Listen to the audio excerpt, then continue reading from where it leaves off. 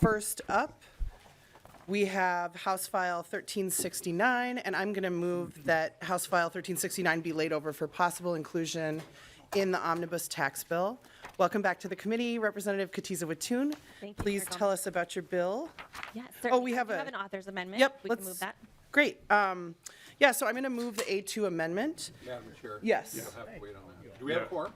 Oh, We should wait. oh, yeah. Okay. That's, Okay, so, We can hear it, but we sure can't Davis move is it. right. okay. Yeah, let's just go. We're going to That move works. into your Start the description of the bill. You can describe your amendment, and then we'll vote on it once we get one more person in the Okay, door. So thank absolutely. you. Sorry for the. Not a problem. I want to make sure that you guys get to do all the important work that you have before you today. So, Thank you so much. I will briefly describe the amendment. It's basically an expansion of the bill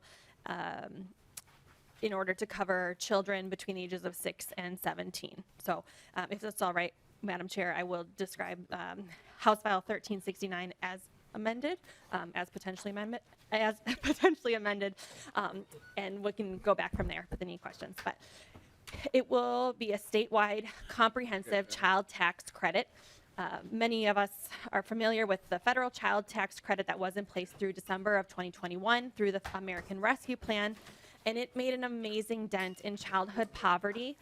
And without this renewed funding at the federal level, families were reporting difficulty paying for food and childcare in the months immediately following that program end. So we're talking January and February of last year, immediately after this funding ended.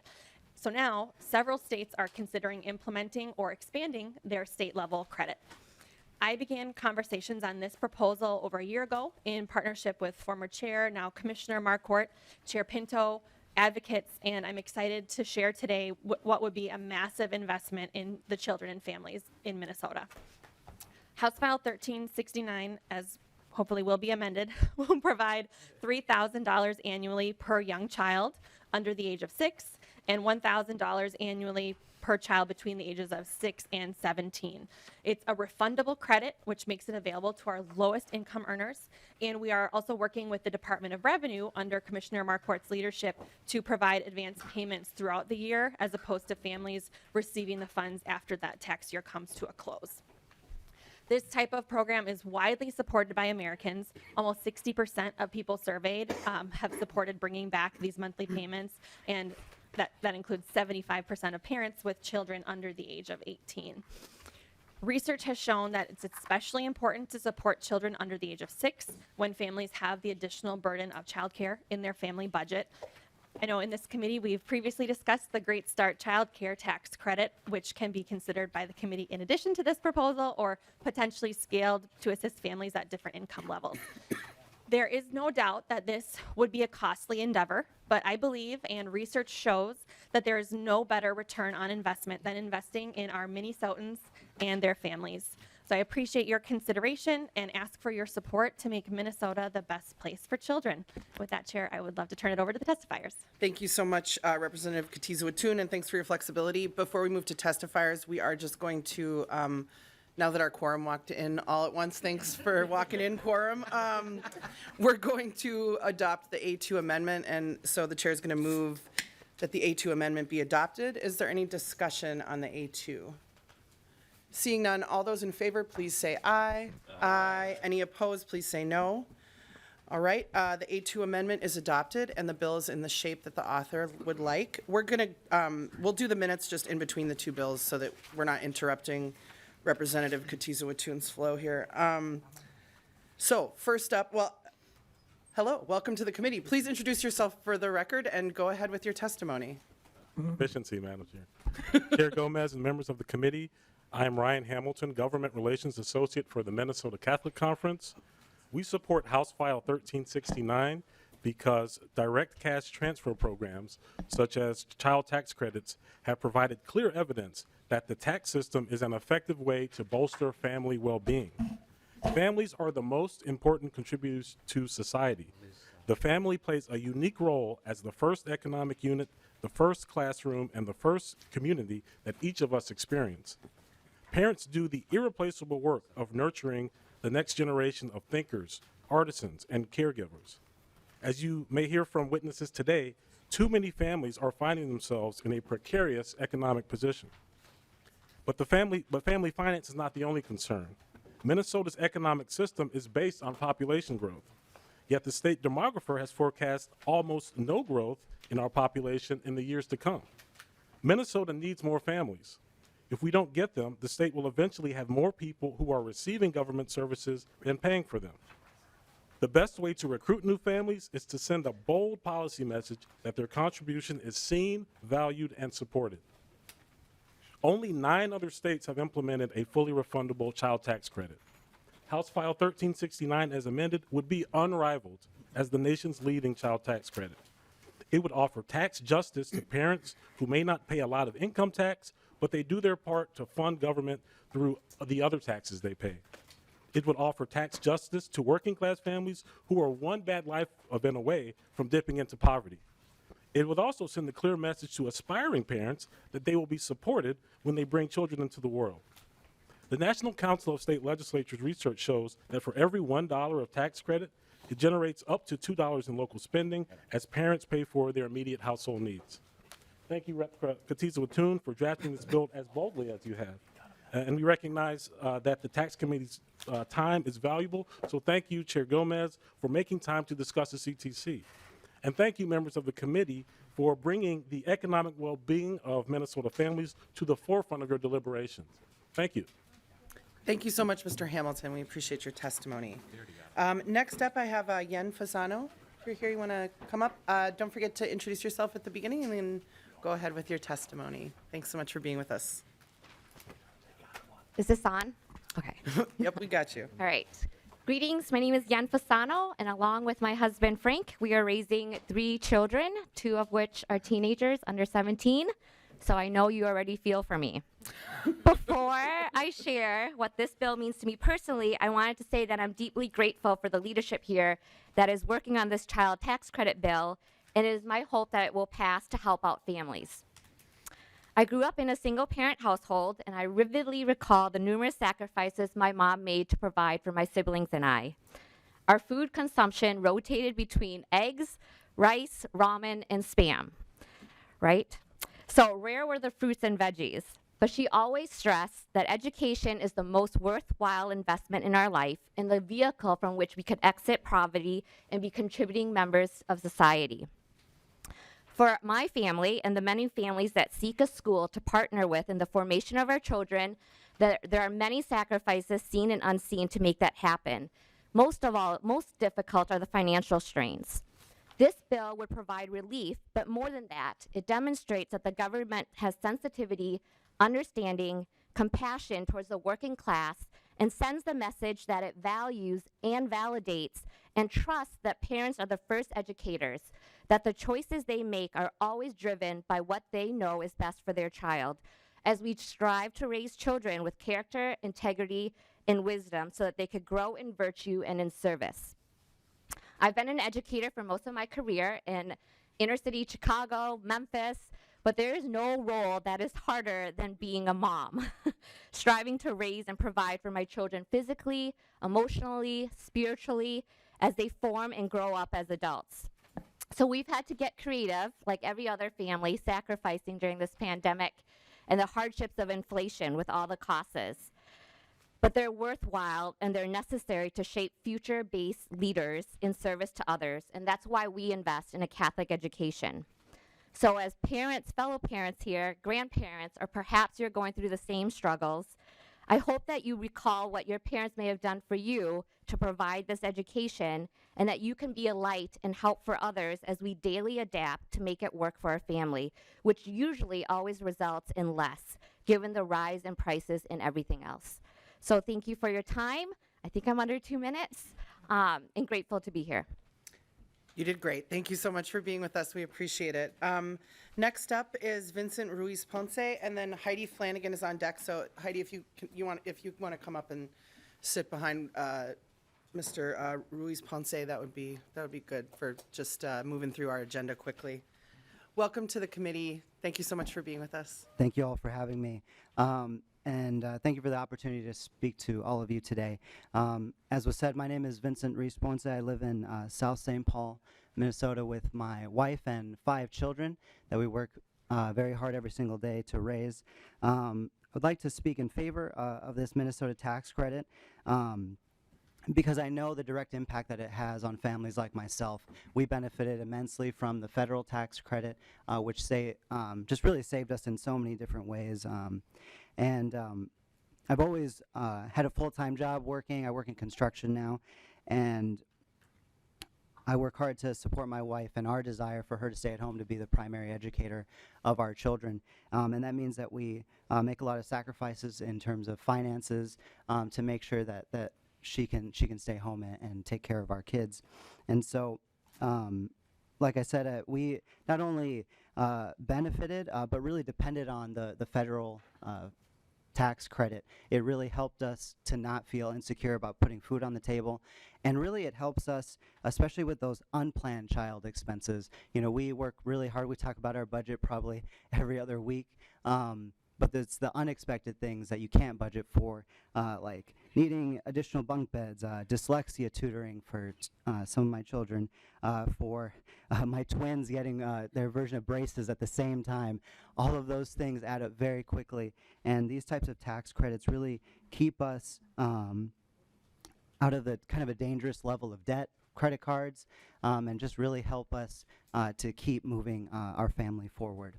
And ensuring that we feel confident that we're going to be able to put food on the table and give them, our kids, the things that they need. And so, again, just want to speak in favor of this bill, and I thank you for your time and your support. Thank you so much. Appreciate your testimony. I think some of our members can relate with larger families when some of those unexpected expenses. I saw Representative Wiener laughing when you, not in sympathy when you talked about your 2 kids needing braces at the same time. Heidi Flanagan, thank you. I didn't mean to make the whole crew stand for so long, but thank you for joining us. Please introduce yourself and go ahead with your testimony. Hi, my name is Heidi Flanagan. My husband and I have the honor and the responsibility of raising our 7 children, ages 4 to 17. So this is a little sampling. We have lived on a single income since the birth of our firstborn, which is something that we believe has shaped our family culture to be strong, resilient, and beautiful. My husband loves working for a small nonprofit, and I get to stay home full-time to homeschool each of our children. We call ourselves tightwads, but as thrifty as we have been, we've not been able to get out of our financial debt. Beside the normal expenses of feeding and caring for a large family, we also have those unexpected expenses. Our son, Matthias, for example, had 6 ear surgeries in 18 months and now has a cochlear implant so he can hear. Each of our children, though, has their unique talents and challenges that we're trying to nurture and form so that they will grow to contribute to the common good. Hopefully, they will grow up to live and work in Minnesota, raising families of their own. We've been really intentional about where and how we spend our money and have worked hard to raise our children well. We request financial aid wherever we go so that our children can participate in programs that we think are worthwhile. However, the financial stress is very real for us. I can tell from across the room when my husband is paying the bills, just by the way he looks. It is shocking even to shop at Aldi's and Goodwill and see the price tags. Our monthly house mortgage, as you can imagine, compares with our monthly food bill, and each month our food bill actually goes higher and higher above our mortgage. It would be incredibly helpful to have the financial resources available in raising our family, working towards financial freedom as we continue to do, and this proposed bill would launch us leaps and bounds to being debt-free. On behalf of our family and so many others, thank you for introducing this bill to support us hardworking families. Thank you for your time, and I wish you each well. Thank you so much for your testimony, and thanks everyone for joining us. We appreciate it.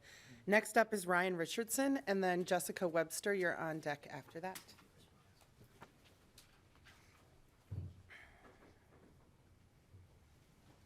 Welcome to the committee. Thanks for being with us today.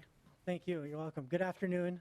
My name is Ryan Richardson. I'm the father of 4 young children, and we are also on a single income. We're a single income family. I work, and my wife stays home with our children. As you've heard so far, I'll echo, she has the harder of the 2 jobs. We do okay. We don't qualify for any government support, and rightly so. But that doesn't mean we don't struggle. We've put off buying a new used car for 2 years, and which we sorely need. And my cost of living adjustment this year was well below the rate of inflation, which particularly hasn't kept up with the price of groceries. Now, this might sound a little trivial, but what parent out there doesn't want their kids to eat more vegetables and maybe some fruits and not gripe about it? My kids love bell peppers, especially the red ones. They eat them up as fast as they can get them. And at dinner, there's no bickering or scolding or bargaining over a dessert if bell peppers are what they're being asked to eat. For snacks, they love the Minnesota's own Honeycrisp apple. They over salty snacks or chips or other junk foods. If you've been to the grocery store lately, and I was this morning, one red bell pepper is $2.25, and one Honeycrisp apple is $2.99. What this tax credit would mean is that parents like me, middle-class parents, wouldn't have to hesitate about putting the fruits and vegetables that their kids enjoy and love into the shopping cart. I strongly encourage you to support this bill, and I think I speak for many parents when I say it will help keep dinner time pleasant rather than having to go to canned asparagus. Ooh, I love candy. canned asparagus, that's a... It's delicious. Everyone besides Representative Davids is horrified. Madam but, Chair, this is not my first bill before the committee, but otherwise I would have brought some canned asparagus for everyone. But I didn't put a lot. Thank you so much for joining us, Ms. Webster. Please introduce yourself and go ahead. Thank you, Madam Chair, members of the committee. My name is Jessica Webster. I'm a staff attorney with Legal Aid. I use she, her pronouns, and Legal Aid represents low-income families and families and kids experiencing poverty and hardship statewide. I want to thank Representative Katiza-Watun for bringing the bill and Chair Gomez for creating the space for the conversation. And I just want to point, to abbreviate my testimony, I want to point to a letter in the packet that we are part of a group of groups of and coalitions of about 45 and growing that are really, really excited and enthusiastic about a state-based child tax credit. There's some design principles in that letter that we have pointed to that you can read, and we like it because it's transformative, it's going to dent child poverty, and it has the potential to really tackle racial disparities in a really aggressive and meaningful way. And with that, I'll defer to my friends at the Children's Defense Funds. Great, thank you, Ms. Webster. Yes, please check out the letter in your packet, members. It's a really large coalition you guys have put together, so thank you for that. Welcome to the committee. Hi, my name is Debra Fitzpatrick, and I'm the Director of Policy and Research at Children's Defense Fund, Minnesota. Thank you, Representative Katiza-Watun, Chair Gomez, members of the committee, for this opportunity to come before you on behalf of the estimated 322,000 Minnesota children living in the state's lowest income families that lost access to the full value of the federal child tax credit when Congress failed to continue the 2021 expansions. And that's important because the research tells us that a small amount of flexible cash support can make a surprisingly large difference for children living with the chronic stress and instability that results from having parents working in low-wage sectors of our economy. The National Academy of Science finds that modest boosts in income, parental income, especially during a child's first years, have striking associations with that child's future school and employment success. In 2021, over 138,000 Minnesota children were living in poverty, a number that has undoubtedly grown significantly as the full impacts of the federal CTC rollback as well as household expenses and income inequality growing are being borne out in our families and in our communities. That's enough children to fill the Twin Stadium more than 3 times over. That's how many Minnesota kids, disproportionately from our Black, Indigenous, Latinx, and other communities of color, that have the deck unnecessarily stacked against them. Policies like a state CTC that increase access to flexible cash alongside public programs that reduce expenses like housing, food, or childcare are an efficient and effective way to help remove barriers to economic stability and life success.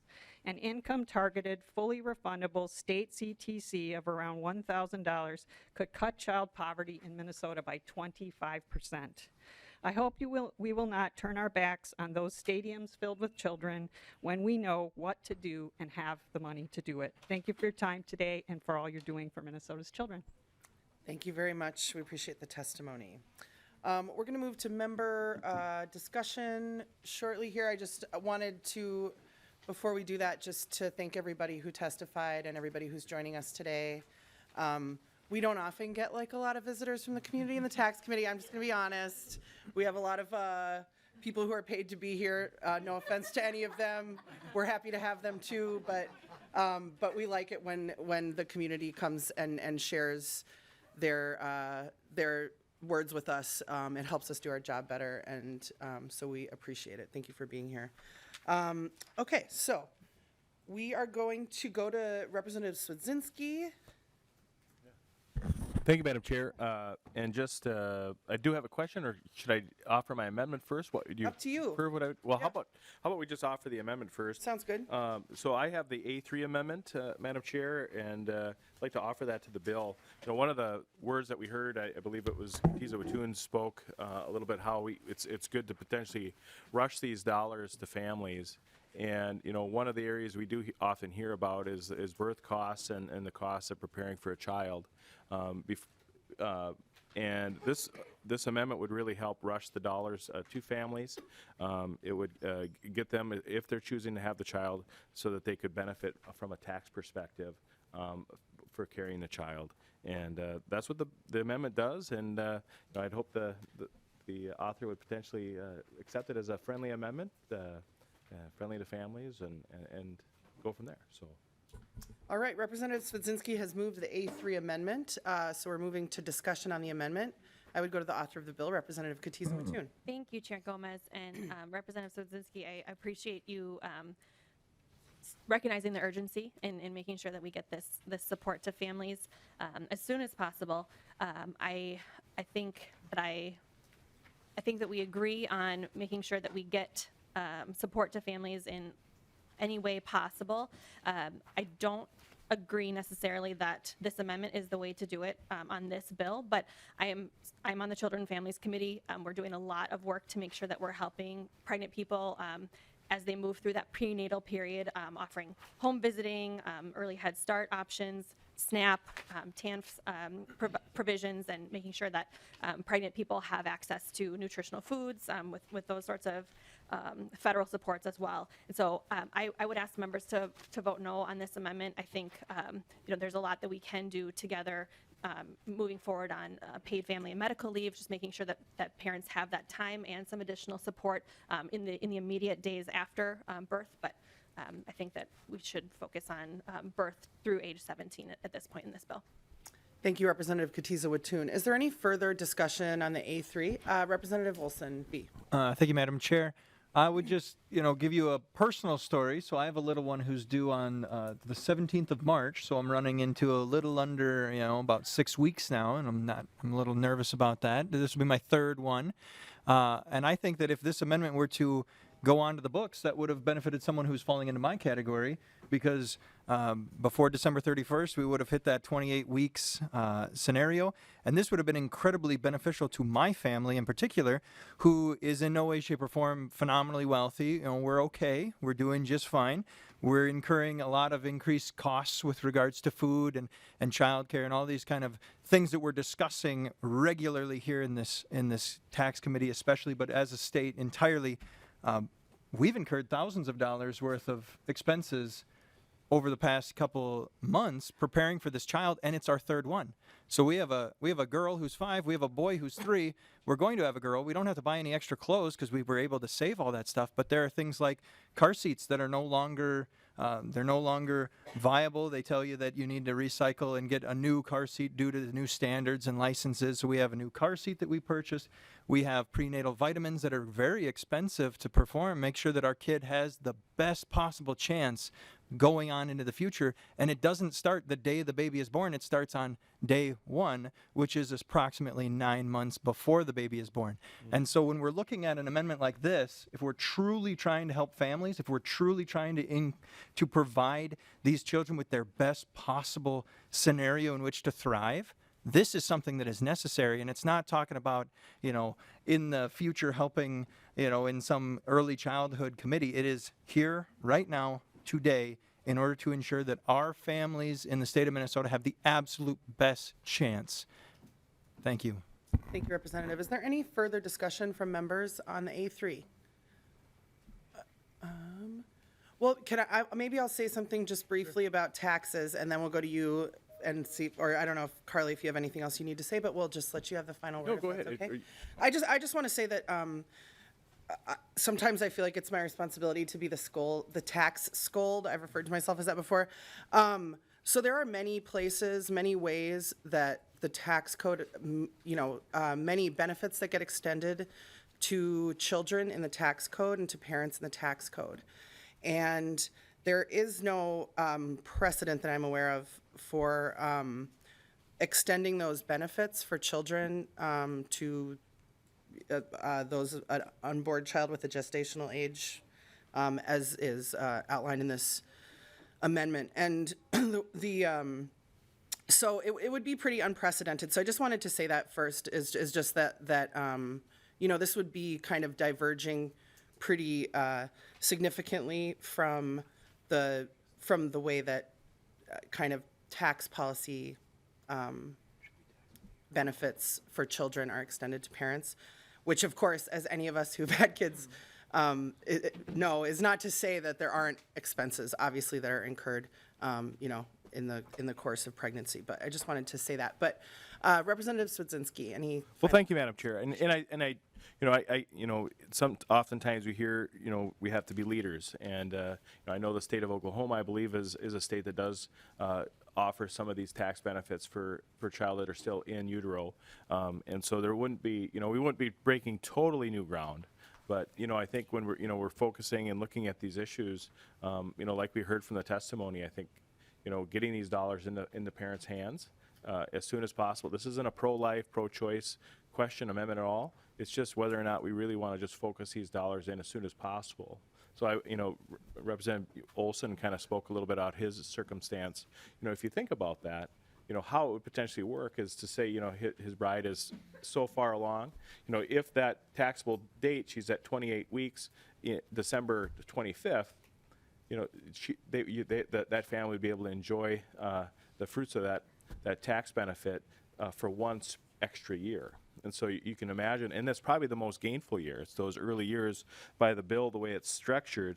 If it was $3,000 throughout the whole entire bill, which would be, 3,000, I think it's 3,001 through 6, and then beyond that it's 1,000. That's one of the most intense years where families could participate. And I think, the quicker and longer families can participate in those early years of this benefit, most definitely benefits families. And if we're trying to make a difference with life and preserving it as far as from taxable structure, I think it's a wise one. And I feel pretty passionately about that. I appreciate Representative Olson. I appreciate the families out there that testified, and you taking your times out of your day and maybe even pulling a kid out of school, which I'm sure some of them appreciate. But I would like a roll call. Thank you, Madam Chair. All right, roll call having been requested, there will be a roll call on the A3.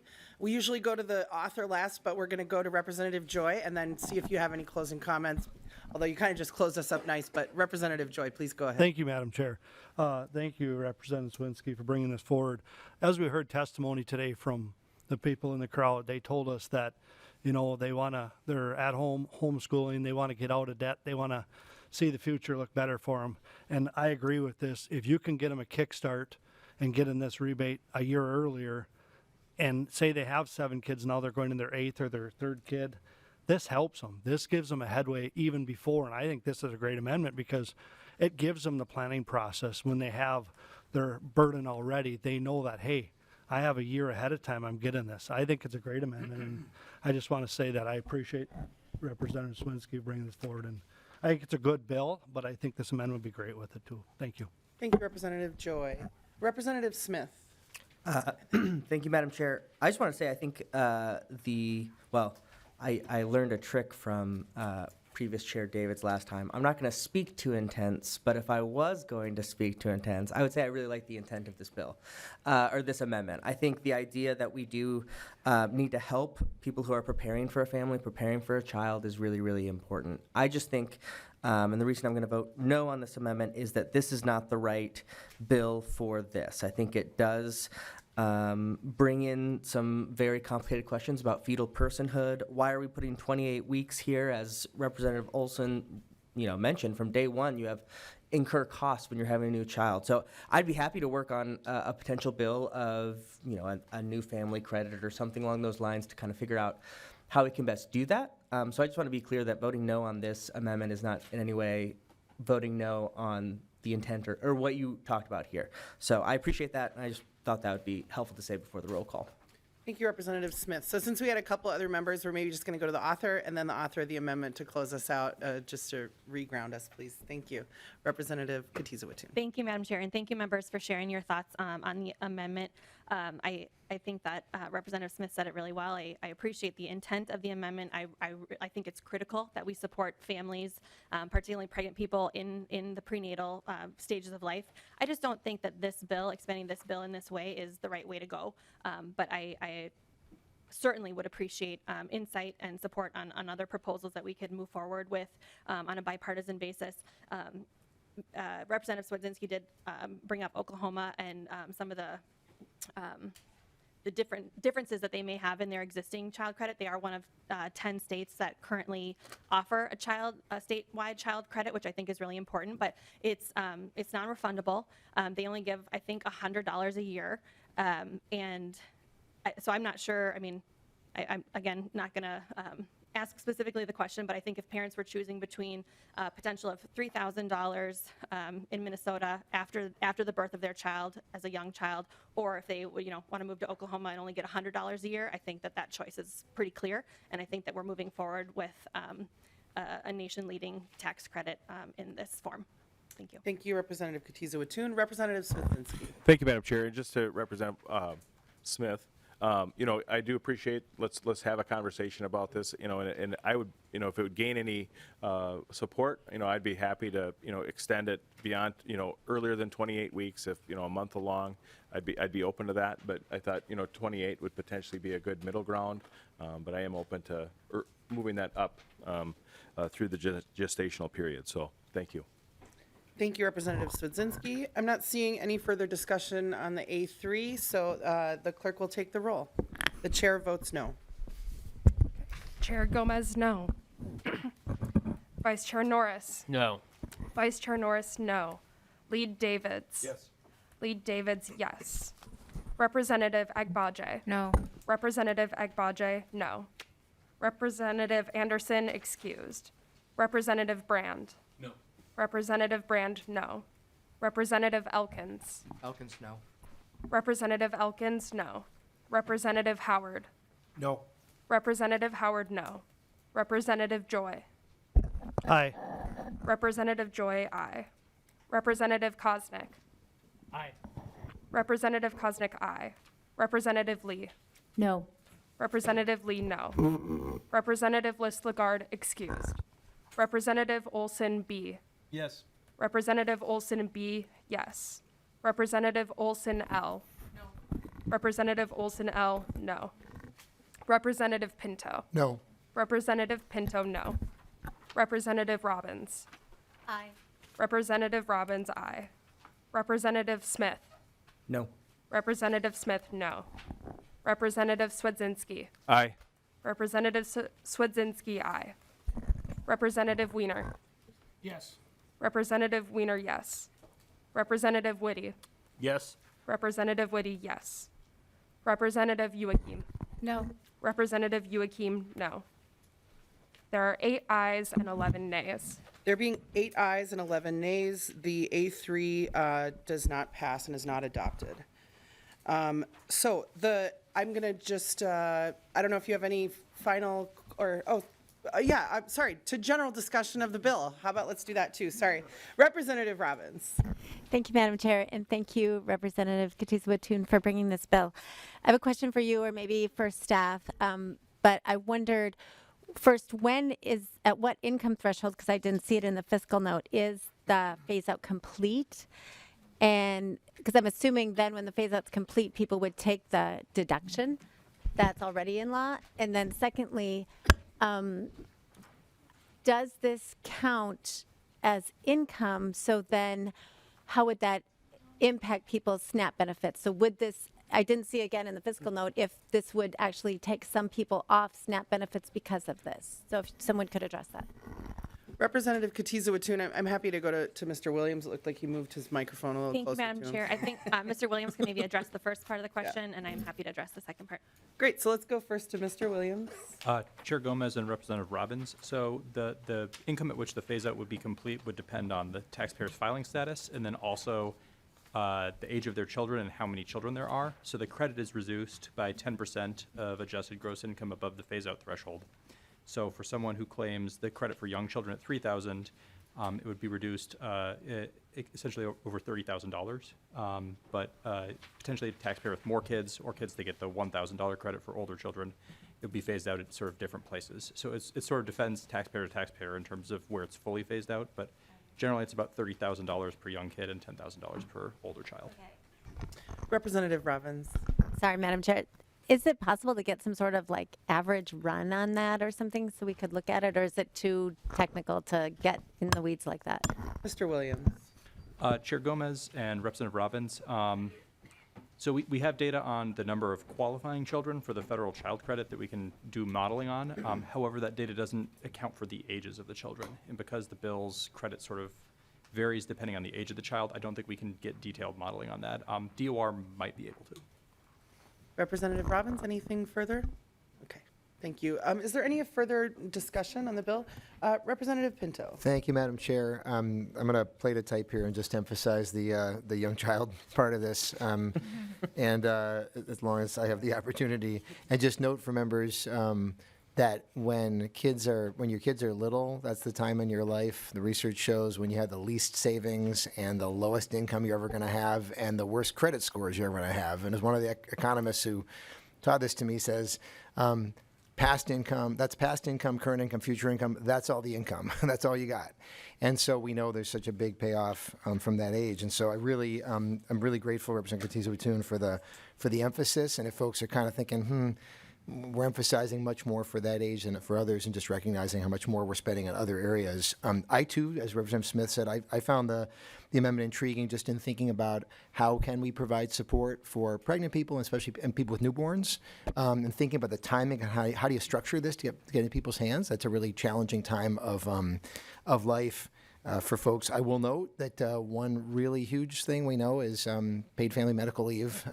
People being with their kids for those first 12 weeks. We know in Canada that's 12 months, and things are going really well there, and it's all fine. But in any case, so I do think what that makes me think is there's a bunch of tools that we have maybe to address what the amendment's trying to address.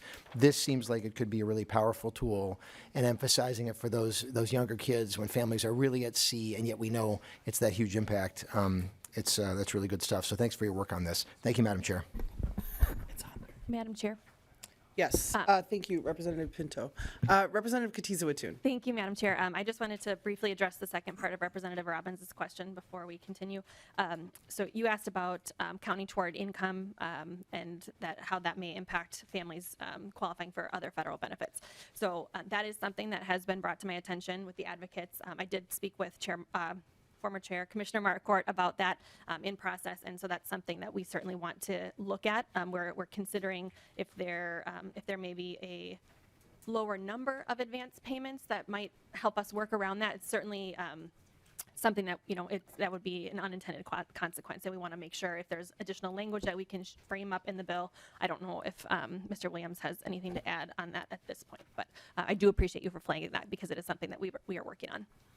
Yeah, my apologies for not letting you answer the second part of Representative Robbins' question, but I appreciate it. And, you know, this bill's going to be laid over, and so thank you so much for flagging that issue, and we'll see if there are, you know, kind of ways that we can craft it to make sure that that doesn't happen. Representative Robbins. Thank you, Madam Chair. Thank you, Representative Katiza-Watun. And my last question, somewhat related to this, is on those advance payments then. I'm no longer on the Judiciary Committee, but I put in 4 years over there, and just wondering if there would also be some opportunity to include language about audit trails or reports on how this is going, because I think other committees might have some concerns that there's you know, that's not mentioned or you know, addressed in the bill at this point. Thank you. Thank you, Representative Robbins. I don't know if, yeah. I think the committee can certainly consider that as you move forward. I've never heard audit trails in tax committee, but maybe we need to start talking about them. I don't know. We'll work on it. Thank you so much for that, Representative Robbins. Just going back to discussion on the bill, Representative Smith. Thank you, Madam Chair. I'm an equal opportunity. I like the intent of this bill, but not sure about the overall intent with this one. I've talked to you about this, Representative Katiza-Watun. First of all, just sympathetic to everything we've heard from you, from testifiers, the immense need to make sure that families are able to not just afford their lives, but thrive within their lives. And incredibly important, I'm just not sure if the tool, as Rep. Pinto called it, of tax credits are generally the best way of this, because everything we're spending on this tax credit, we're not spending on expanding services. And, you know, we're laying this over, so we don't have to decide today, but I definitely think there's a lot of things that, you know, $4 billion a year gives us a lot of services, gets us closer to universal health care.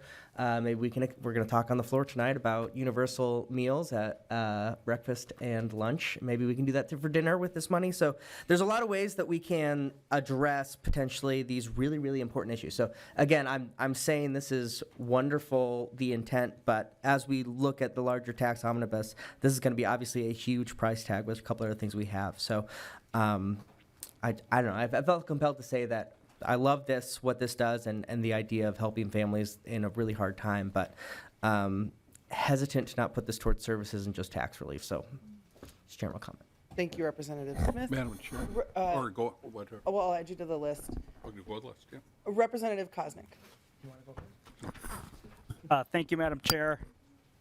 I was just wondering if maybe we could get a little bit of walkthrough or better explanation to help me understand, maybe some others, how the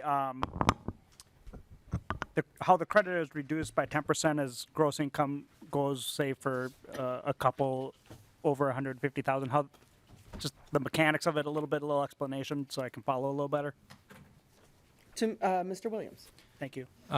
Chair Gomez and Representative Koznick, it's pretty typical of how we draft phase-outs in the income tax. So you sort of say what the threshold for the phase-out is, and then sort of how much of each dollar over that threshold your credit gets reduced by. So in this case, if you have $1,000, your adjusted gross income is $151,000. It'd be 10% of that amount, so your credit would be reduced by $100.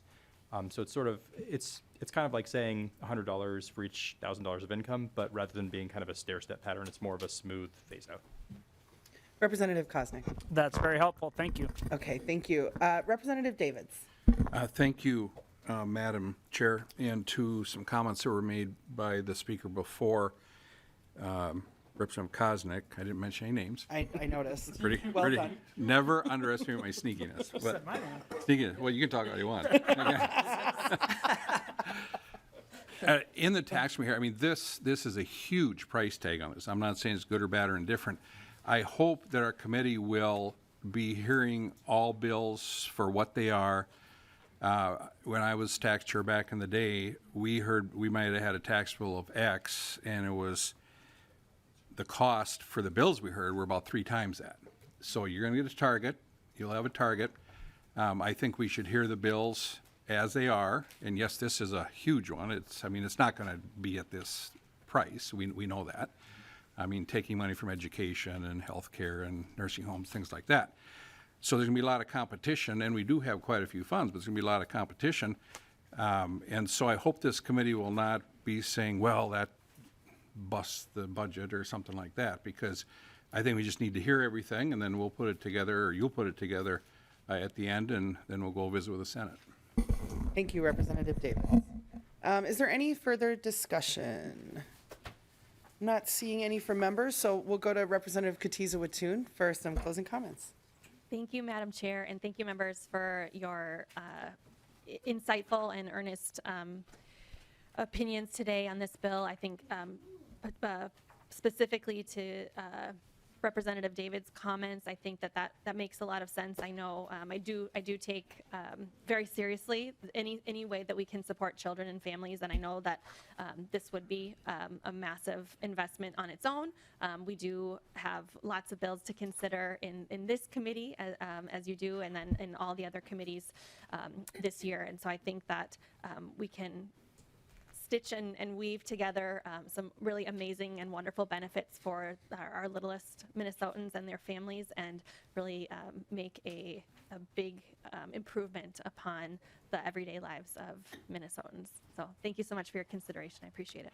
Thank you so much, Representative Katiza-Wattoon, for being back in front of the committee.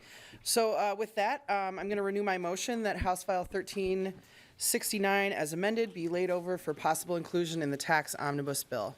Thank you, Representative Katiza-Wattoon.